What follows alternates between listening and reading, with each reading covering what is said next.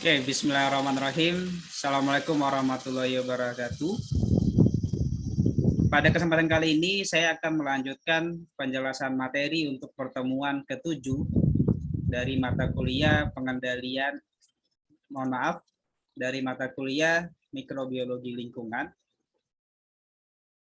Jadi pada pertemuan-pertemuan sebelumnya, kita sudah membahas pengantar dari definisi mikrobiologi dan bagaimana kita bisa melihat atau melakukan pengamatan mikrobiologi, ragam dari mikrobiologi itu sendiri, sampai ke kita membahas mengenai nutrisi dan bagaimana fisiologi dari suatu mikroorganisme, di mana pada dasarnya apa yang sudah kita bahas sebelumnya itu menjadi dasar terkait dengan aplikasi mikrobiologi. Jadi ini salah satu aplikasi mikrobiologi di lingkungan, yaitu mengenai pengendalian mikroorganisme. Seperti biasanya nanti kalau memang ada yang ingin ditanyakan, silakan nanti bisa melalui kolom chat saja, atau nanti bisa disampaikan melalui grup WhatsApp untuk kita bahas secara bersama nantinya. Oke, pembahasan kita pada kesempatan kali ini akan kita mulai dari apa sih sebenarnya atau apa dampak dari lingkungan di sekitar dari mikroorganisme terkait dengan pertumbuhannya. Yang kedua adalah bagaimana caranya kita melakukan pengendalian pertumbuhan mikroorganisme, di mana nantinya pengendalian ini bisa kita lakukan secara fisik ataupun secara kimia. Mari kita bahas satu persatu, kita mulai dari bagaimana pengaruh lingkungan pada pertumbuhan mikroorganisme. Parameter yang pertama terkait dengan lingkungan dari mikroorganisme sendiri adalah suhu. Ketika suhu lingkungan terlalu dingin ataupun terlalu panas, mikroorganisme akan mengalami reaksi kematian ataupun terjadinya penghentian aktivitas pertumbuhan. Jadi ketika ada kondisi suhu yang dingin atau panas, itu dapat menyebabkan kematian atau menyebabkan terhentinya pertumbuhan mikroorganisme. Sehingga kita nanti mengenal ada suhu minimum dan suhu maksimum untuk pertumbuhan mikroorganisme, di mana rentang minimum dan maksimum ini akan sangat beragam, yang nantinya bisa menggambarkan rentang suhu pada suatu habitat. Jadi ada di habitat yang misalnya suhunya tinggi, suhunya rendah misalnya, ini yang nantinya akan menyebabkan adanya keragaman mikroorganisme yang dia hanya bisa hidup di lingkungan yang dingin atau di lingkungan yang tinggi, misal yang panas suhu lingkungannya. Kemudian secara umumnya ketika terjadi kenaikan suhu, ini akan men-trigger beberapa proses atau beberapa reaksi-reaksi kimia dan enzimatik yang ada di suatu sel mikroorganisme. Umumnya ketika suhu naik, maka reaksi kimia ataupun reaksi enzimatiknya akan berlangsung lebih cepat dan pertumbuhannya akan berlangsung lebih cepat pula.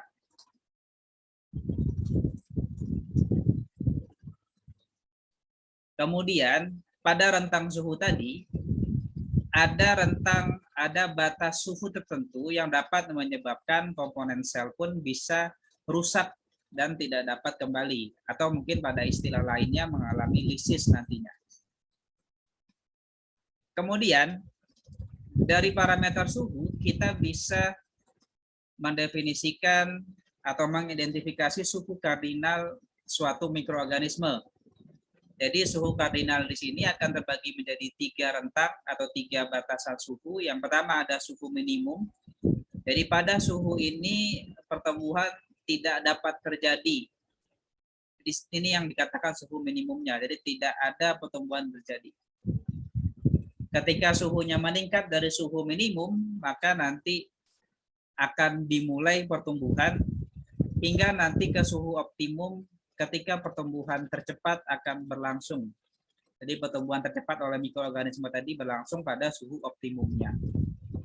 Sampai nanti mencapai suhu maksimum, di mana pada suhu maksimum ini sudah tidak bisa terjadi lagi pertumbuhan. Pada umumnya mikroorganisme dia hidup pada rentang suhu 25 sampai dengan 40 derajat Celcius. Apa yang terjadi pada masing-masing suhu kardinal tadi? Pada suhu minimum, ini dapat menyebabkan sistem transportnya terganggu, yang ini akan menyebabkan penghambatan pertumbuhan. Sedangkan pada suhu optimum, di mana terjadi ketika sebagian besar komponen sel yang berfungsi pada tingkat maksimal. Yang umumnya suhu optimum ini akan mendekati suhu maksimumnya. Kemudian pada suhu maksimum, pertumbuhan organisme menunjukkan denaturasi. Jadi pecah dia atau sel-sel mati mulai muncul ketika mencapai suhu maksimum, 1 ataupun lebih nanti komponen-komponen selnya. Dari pembahasan tadi, kita bisa membagi beberapa kelompok mikroorganisme berdasarkan respon suhu dan pertumbuhannya.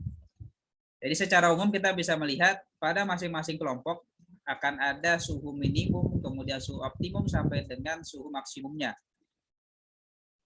Yang mana perbedaan respon pertumbuhan ini yang akan menyebabkan pembagian kelompoknya. Tadi ada kelompok sikrofil sampai dengan hypertermofil. Hypertermofil yang dia di rentang suhunya 90 sampai dengan 110, yang sikrofil ini pada suhu minus sampai dengan sekitar 10-12 derajat Celcius temperatur suhu hidupnya. Jadi ketika lebih tinggi lagi, dia akan mengalami kematian. Kemudian parameter yang kedua adalah ada osmolaritas, di mana ini menunjukkan konsentrasi solut pada suatu sel. Jadi, ketersediaan air bagi mikroorganisme merupakan konsentrasi solut. Solut di sini, solut yang dimaksud nanti adalah berupa garam, gula, ataupun senyawa-senyawa lain yang larut dalam air.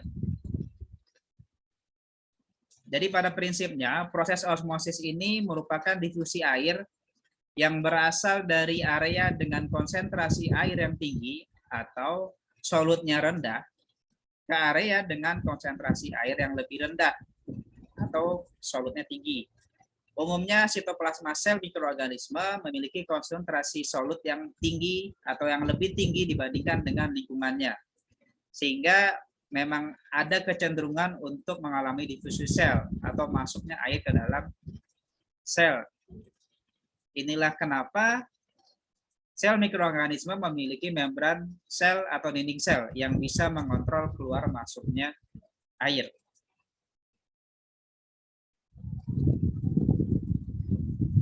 Itulah menyebabkan setiap mikroorganisme akan membutuhkan mekanisme tertentu untuk menjaga ketersediaan solutnya.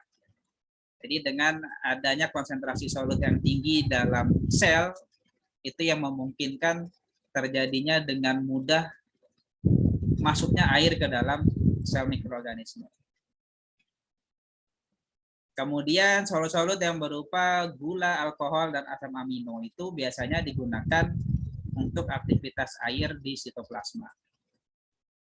Jadi setiap sel itu mereka pasti meregulasi keberadaan gula, alkohol, dan asam amino. Maka disintesis terus untuk menjaga aktivitas air di sitoplasma. Kemudian parameter yang ketiga ada oksigen, di mana pada dasarnya sebagian mikroorganisme hidup tanpa kehadiran oksigen, atau mungkin sebagian lagi dia hanya sedikit membutuhkan oksigen. Umumnya oksigen tidak mudah larut dalam air, sehingga Oksigen yang larut pun seringkali dimanfaatkan mikroorganisme akuatik untuk aktivitas respirasinya, sehingga di suatu perairan biasanya memang konsentrasi oksigen itu lebih cepat habis.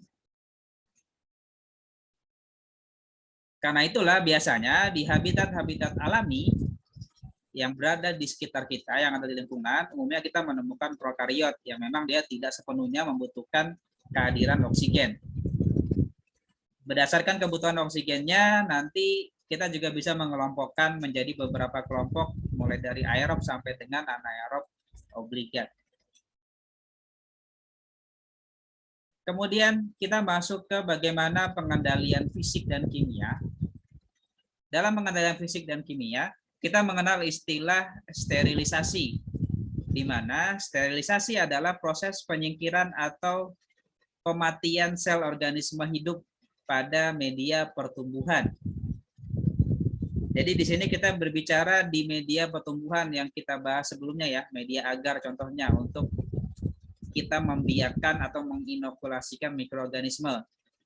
Jadi agar yang kita biarkan atau kita inokulasikan itu memang sesuai dengan yang kita inginkan, maka sebelumnya kita melakukan sterilisasi, kita menyingkirkan, kita mematikan sel-sel organisme lain yang memang dia masih tertinggal di media yang kita siapkan tadi.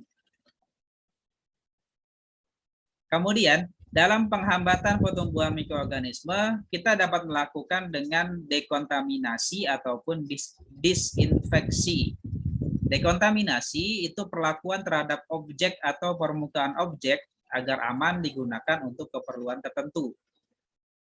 Sedangkan untuk disinfeksi ini biasanya terfokus pada mikroorganisme patogen apa yang nantinya akan dihilangkan.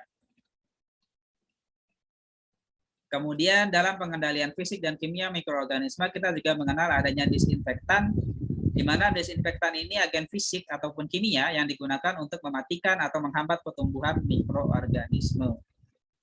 Biasanya targetnya mikroorganisme patogen yang diusahakan untuk dimatikan.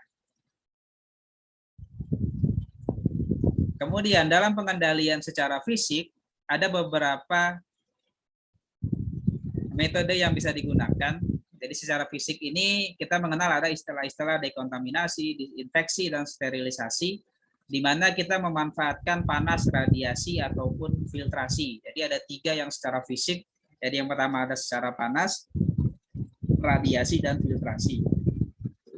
Sedangkan secara kimia, kita menggunakan senyawa-senyawa kimia baik yang sintetik ataupun alami, atau suatu agen anti mikrob. Jadi sintetik, nanti ada beberapa dibahas, yang alami itu yang biasanya memang dihasilkan oleh mikroorganisme lain juga. Kita mulai dari pengendalian fisik. Pada pengendalian fisik, pengurangan populasi mikroorganisme dapat terjadi ketika suhu lingkungan melebihi suhu maksimum pertumbuhan. Ya, seperti yang kita bahas sebelumnya, ketika melewati suhu maksimum, maka mikroorganisme tersebut mengalami kematian atau mengalami denaturasi sehingga dia mati dan mengalami penurunan jumlah populasinya. Nantinya laju kematian pada suatu waktu akan sebanding dengan konsentrasi dari organisme.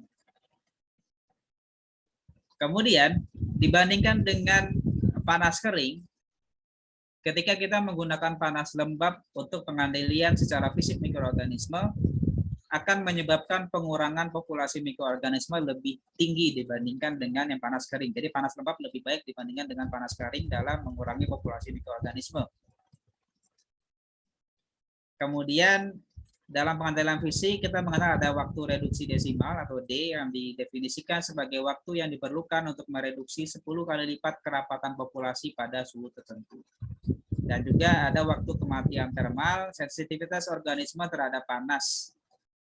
Jadi pada suhu sekian dia mati, pada suhu sekian dia mati. Itu yang nanti dicatatkan sebagai batas waktu kematiannya. Selama berapa lama dia mati ketika diberikan paparan panas pada suhu tertentu. Kemudian kita sempat membahas kalau mikroorganisme dia bisa menghasilkan atau membentuk endospora sehingga dia lebih resisten terhadap lingkungan yang ekstrim. Karena memang endospora ini memiliki kemampuan resistensi yang lebih tinggi dibandingkan sel vegetatif lainnya. Umumnya, kenapa dia bisa resisten panas? Itu biasanya karena adanya pengaturan jumlah dan status air di dalam mikroorganisme tersebut atau di dalam endospora tersebut. Jadi pada dasarnya ketika kandungan airnya lebih tinggi, maka lebih rendah resistensinya terhadap panas. Kemudian pada beragam endospora, konsentrasi gula, protein, dan lemak yang tinggi itu dapat menyebabkan penurunan penetrasi panas. Jadi sebagai salah satu penjagaan endospora adalah dengan adanya dia menghasilkan atau mengekstraksi di sitoplasmanya konsentrasi gula, protein, dan lemak dalam jumlah yang tinggi. Sehingga panas itu bisa tertahan. Kemudian dalam sterilisasi panas, kita biasanya menggunakan autoklaf ataupun menggunakan pasteurisasi. Apa bedanya? Pada autoklaf, kita menggunakan semacam alat pemanas tertutup dengan adanya tekanan uap yang nantinya dialirkan ke dalam. Sehingga uap yang dihasilkan, di mana uapnya ini dihasilkan pada suhu yang tinggi, mencapai 121 derajat. Dan ketika dia dipaparkan selama kurang lebih 10-15 menit, ini secara umumnya waktu yang memang dibutuhkan untuk menghilangkan atau mematikan mikroorganisme yang masih tersisa di dalam alat yang nanti akan kita sterilisasi. Kemudian yang kedua adalah pasteurisasi. Ketika autoklaf di sini sebenarnya lebih fokusnya ke alat-alat fisik, alat-alat laboratorium. Terkadang juga kita bisa media-media padat seperti agar juga kita bisa menggunakan autoklaf. Tapi untuk yang dalam bentuk cair, susu, cairan sensitif panas lainnya, kita bisa menggunakan pasteurisasi.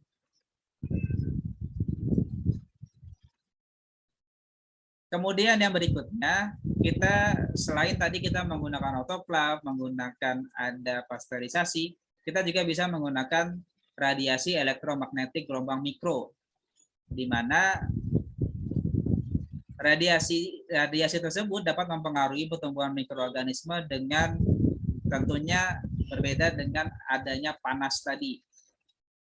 Biasanya radiasinya menggunakan UV, sinar X, gamma, dan elektron.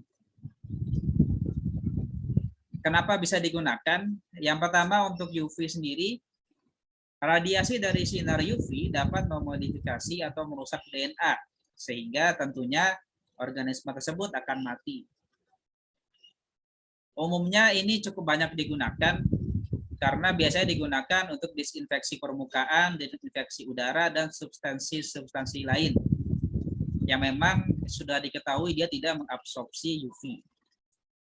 Ini salah satu contoh pemanfaatan sinar UV. Jadi pada suatu lemari laminar, jadi sebelum kita menggunakan lemari laminar untuk melakukan isolasi misalnya atau memindahkan dari agar miring ke cawan Petri, jadi kita menyinari terlebih dahulu dengan sinar UV lemari laminarnya, baru kita melakukan perlakuan.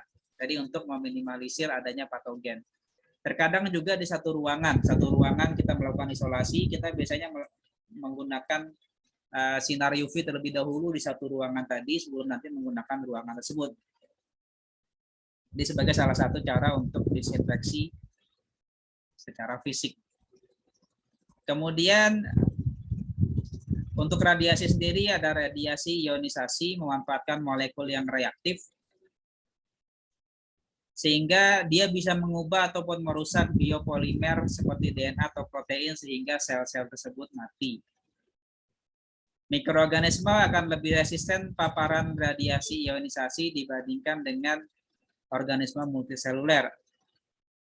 Umumnya penggunaan sinar X dan sinar gamma yang biasanya untuk radiasi ionisasi. Penggunaan radiasi biasanya untuk sterilisasi ataupun dekontaminasi peralatan medis dan industri pangan. Karena tingginya tingkat bahayanya dan biayanya menyebabkan pemanfaatan atau pengaplikasian radiasi ini hanya dilakukan oleh industri-industri besar. Karena memang dia akan membutuhkan perlengkapan khusus. Kemudian pengendalian berikutnya, yang keempat, kita menggunakan filter sebagai piranti berpori, sehingga karena ukuran porinya tadi yang terlalu kecil, untuk bisa melewatkan mikroorganisme menyebabkan si mikroorganisme itu bisa tertahan di filter tadi. Sehingga nanti yang hanya bisa dilewati oleh filternya hanya dalam bentuk cairan ataupun gas. Untuk ukurannya sendiri, pori 25 sampai dengan 200 nanometer, biasanya untuk virus, kita bisa menahan virus untuk bisa keluar ataupun masuk. Dan nanti ada berbagai macam ukuran lagi untuk mikroorganisme tentunya. Sedangkan beberapa tipe filter mikrobiologi, yang pertama ada filter dalam, filter membran konvensional, dan filter nukleopori. Filter dalam ini atau pre-filter biasanya berupa cairan dengan partikel tersuspensi. Sedangkan membran konvensional ini yang beragam, adanya ukuran dan pori yang beragam nantinya. Kemudian ada nukleopori filter, di mana isolasi spesimen mikroskopik yang tertangkap pada permukaan filter. Ini sebagai gambaran beberapa jenis atau beberapa tipe dari filter mikrobiologi. Ini filter dalam, ini filter membran konvensional, dan yang terakhir yang di C ini adalah filter nukleopori. Kemudian kita masuk ke pengendalian secara kimia. Pada pengendalian kimia kita menggunakan suatu agen antimikrob. Jadi agen antimikrob ini bahan kimia yang bersifat alami ataupun yang sintetik, yang dapat menghambat ataupun dia dapat mematikan mikroorganisme. Agen tersebut biasanya bersifat toksisitas selektif ataupun yang non-selektif. Kemudian terkait pemanfaatan agen antimikrob, ada setidaknya 3 efek pemanfaatan antimikrob tersebut.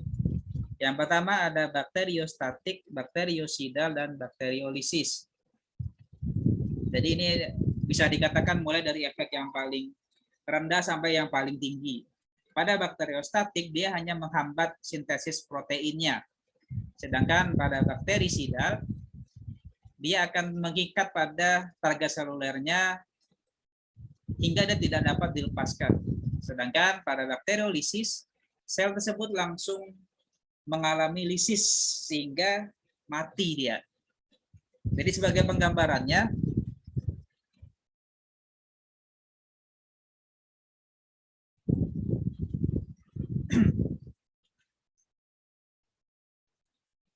kita bisa melihat dari grafik log pertumbuhan sel mikroorganisme. Pada bakteriostatik, antimikrob tadi menyebabkan terhentinya pertumbuhan, terhentinya pertambahan jumlah sel, tapi si sel tersebut masih hidup, masih dapat bertahan hidup. Dia hanya tidak dapat mengalami pertumbuhan. Sedangkan pada bakteriosidal jumlahnya tetap, jadi memang tidak terjadi pertumbuhan lagi, tapi lambat laun secara perlahan-lahan sel-sel tersebut akan mengalami kematian. Jadi jumlah sel-sel yang hidup akan terus turun. Kemudian yang terakhir untuk bakteriolitik, ini benar-benar dari jumlah selnya itu berkurang, jumlah selnya yang hidup juga berkurang. Jadi ini 3 tipe efek yang disebabkan oleh suatu antimikrob. Jadi antimikrob A ini ada yang memang sifatnya itu bakteriolisik, ada yang bakteriostatik, ada yang bakteriosidal. Kemudian aktivitas mikroorganisme dapat diukur dengan menetapkan konsentrasi agen antimikrob terendah yang diperlukan untuk menghambat pertumbuhan organisme uji. Atau nanti dikatakan atau dapat kita sebutkan dengan KM atau konsentrasi hambatan minimum atau MIC juga dalam bahasa Inggrisnya. Teknik pengenceran tabung atau metode pengenceran biasanya dilakukan untuk menentukan KM ini. Nantinya nilai KM tadi akan ditentukan oleh bagaimana sifat organisme uji, jumlah inokulumnya, komposisi media kulturnya seperti apa, waktu inkubasi sampai dengan kondisi lingkungannya. bagaimana suhunya, bagaimana pH-nya, dan bagaimana aerasinya. Metode-metode standar yang dapat digunakan untuk membandingkan beberapa gen atau beberapa agen antimikrob adalah kita yang pertama bisa menggunakan koefisien fenol, yang kedua adalah kita bisa menggunakan difusi agar, dan ada beberapa metode lain sebenarnya. Ini contohnya difusi agar. Jadi pada inokulat yang kita ambil pada media kultur cair sebagai organisme yang akan kita ujikan, yang akan kita anggap dia suatu mikroorganisme patogen. Jadi kita pindahkan terlebih dahulu ke agar cawan Petri. Kemudian kita menggunakan satu kertas yang nantinya kita tambahkan agen-agen antimikrob di dalamnya. Jadi kertas-kertas kita potong seperti ini. Kita letakkan di media yang sudah kita tambahkan inokulat sebelumnya. Kemudian kita coba inkubasikan selama 1 sampai dengan 2 hari. Maka nanti akan terlihat seperti gambar di sini. Susceptibility-nya atau seberapa baik sih sebenarnya si agen antimikrob tadi untuk bisa menahan pertumbuhan dari bakteri tadi. Jadi di mana zona inhibisi yang terbentuk, jadi tadi kalau kalian lihat di sini ada satu disk, ada satu kertas yang di situ tidak terlihat adanya warna yang lebih muda dibandingkan dengan yang lain. Ada yang lebih lebar, ada yang lebih kecil. Nah, di sini yang nantinya menunjukkan zona-zona inhibisi, mana agen antimikrob yang bekerja lebih baik dibandingkan dengan agen antimikrob yang lainnya. Kemudian, kita juga bisa menggunakan antimikrob kimia secara eksternal. Antimikrob kimia ini terbagi menjadi 2. Ada yang produk antimikrob pengendalian mikroorganisme non-patogen, biasanya untuk kesehatan hewan dan produk industri. Ada yang untuk pengendalian patogen manusia, apakah itu sterilan, disinfektan, sanitizer, dan antiseptik. Setiap agennya akan memiliki substansi, manfaat, dan mekanisme yang spesifik tentunya. Beberapa sterilan kimiawi, sterilizer atau sporisida, dia bersifat secara frugal, segala bentuk kehidupan mikroorganisme akan langsung dimatikan oleh dia. Jadi termasuk dalam hal ini endospora. Sterilan digunakan untuk mensterilkan bahan yang sensitif akan panas. Jadi untuk beberapa bahan yang sensitif terhadap panas, peralatan yang halus dan kecil yang berpotensi untuk rusak ketika kita menggunakan pengendalian secara fisik, maka dibutuhkan penggunaan sterilan di sini. Atau kita juga bisa menggunakan sterilisasi dingin, di mana autoclave ini biasanya menggunakan uap air saja, tapi dengan kita menggunakan beberapa senyawa kimia, kita bisa melakukan sterilisasi secara dingin. Jadi umumnya menggunakan beberapa gas seperti etilen oksida sampai dengan hidrogen peroksida. Kemudian kita juga mengenal ada disinfektan yang dia bersifat mematikan mikroorganisme kecuali endospora yang terdapat pada benda mati.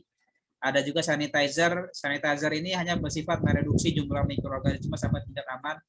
Jadi mungkin paling simpelnya ada hand sanitizer yang umum kita gunakan, yang fungsinya memang hanya mereduksi saja jumlah mikroorganisme, tidak sepenuhnya mati. Jadi itulah kenapa memang kita tidak terlalu signifikan untuk kita menggunakannya terlalu sering untuk hand sanitizer. Karena ini hanya pengendalian secara cepat saja sebenarnya. Lebih tepatnya memang sampai bersih itu kita menggunakan sabun sebenarnya. Ada juga antiseptik dan germisida digunakan untuk mematikan atau menghambat pertumbuhan mikroorganisme dan tidak toksik bila kontak pada jaringan hidup.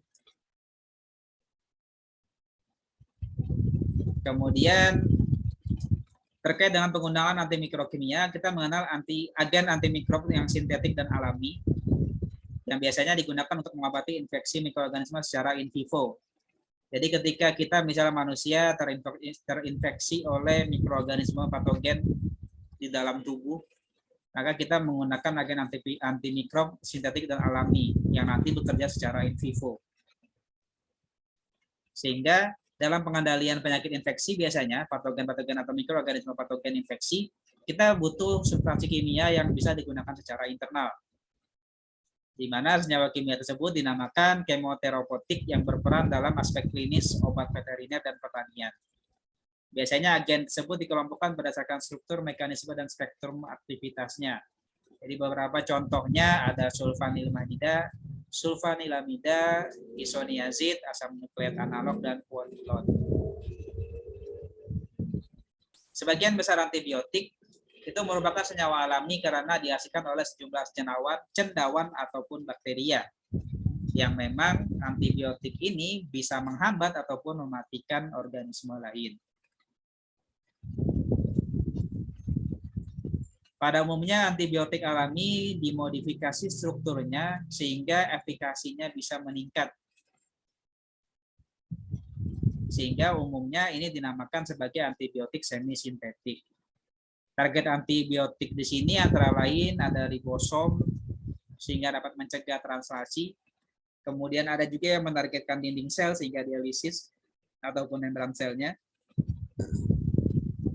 Ada juga yang dia targetnya replikasi DNA-nya. Replikasi DNA terhenti maka tidak terjadi pertumbuhan.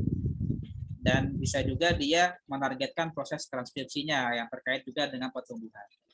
Beberapa jenis antibiotik ada vancomycin, streptomycin, sampai dengan cephalosporin. Mungkin sampai sini ya yang bisa saya bahas pada kesempatan kali ini. Ada beberapa pertanyaan yang silakan bisa dijawab. Ditulis dulu terlebih dahulu, nanti dijawab melalui Google Classroom pada selembar kertas. Jadi yang pertama tadi saya sudah membahas ada suhu minimum, optimum, dan maksimum terkait dengan pengendalian mikroorganisme. Coba jelaskan perbedaannya. Apakah perbedaan suhu minimum, suhu optimum, dan maksimum terkait dengan pengendalian mikroorganisme? Yang kedua, benar atau salah, panas kering memberikan pengurangan populasi mikroorganisme lebih cepat dibandingkan dengan panas lembab. Panas kering memberikan pengurangan populasi mikroorganisme lebih cepat dibandingkan panas lembab. Yang ketiga, benar atau salah, agen antimikrob bakteriosidal menyebabkan terhentinya pertumbuhan individu mikro yang hidup sehingga jumlah yang hidup tidak bertambah ataupun berkurang. Jadi benar atau salah, antimikrob bakteriosidal menyebabkan terhentinya pertumbuhan individu yang hidup sehingga jumlah yang hidup tidak bertambah, yang mati pun tidak bertambah. Silakan dijawab. Minggu depan kita akan langsung masuki ujian tengah semester. Materinya adalah materi dari awal sampai dengan materi pada pertemuan kali ini. Silakan dipersiapkan, dibaca kembali, diulang kembali, direview, dicari lagi poin-poin yang lainnya yang memang sekiranya dapat bermanfaat yang terkait dengan materi yang sudah kita bahas. Mungkin sekian saja. Jangan lupa untuk dikerjakan tugas mandirinya. Jawab ketiga pertanyaan tadi. Bisa diulang lagi saja kalau memang terlalu cepat penyampaian yang sudah saya sampaikan ataupun pertanyaan-pertanyaan yang saya berikan tadi. Mungkin sekian yang bisa saya sampaikan pada kesempatan kali ini. Saya tutup dengan hamdalah. Alhamdulillahirrabbilalamin. Assalamualaikum warahmatullahi wabarakatuh.